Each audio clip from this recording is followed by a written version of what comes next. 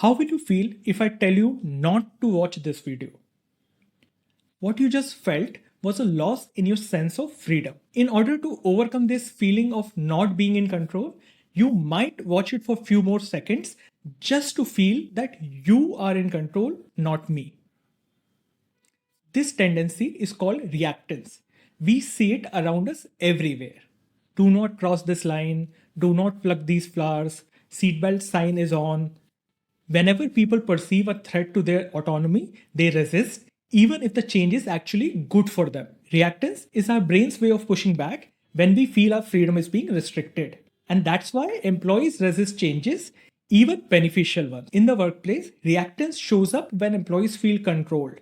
Whether it's a sudden policy shift, micromanagement by the manager, or new rules. For example, when you take this freedom and autonomy away from your employees by saying you all must work from office, they feel upset, stressed, angry, and emotionally charged. Obviously, most of them won't resign, but a lot of them will reach office late, leave office early, spend a lot of time in coffee or smoke breaks, which you can't monitor. This reaction makes them feel that they have reasserted their lost freedom to some extent. Similarly, if you're trying to drive specific culture change or behavior change in your people, mandating the new behavior is the easiest option.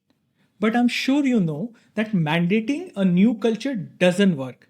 Otherwise, by now, every company would have mandated high performance or agile ways of working as their new culture. So, what can you do to counter this reactance in your employees? Here are some ideas based on studies. Give your employees a sense of choice. Instead of mandating, give them options. If they cannot say no to an additional project, let them decide the timelines for that project at least. Frame change as a gain, not as a loss. Tell people what's in it for them.